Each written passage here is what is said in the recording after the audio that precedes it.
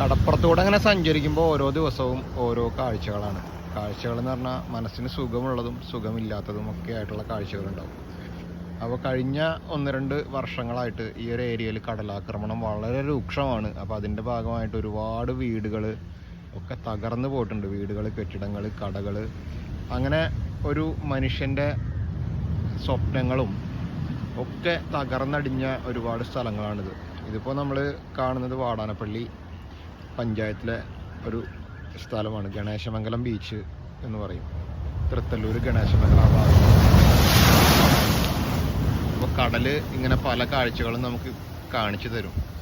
പലരും കടപ്പുറത്ത് വരുന്നത് കടലിൻ്റെ നല്ല കാഴ്ചകൾ കാണാനാണ്. പക്ഷേ നമ്മൾ ഇങ്ങനെ കടൽ തീരത്ത് കൂടെ സഞ്ചരിക്കുമ്പോൾ ഇതുപോലെ ചില കാഴ്ചകളും നമുക്ക് കാണാം.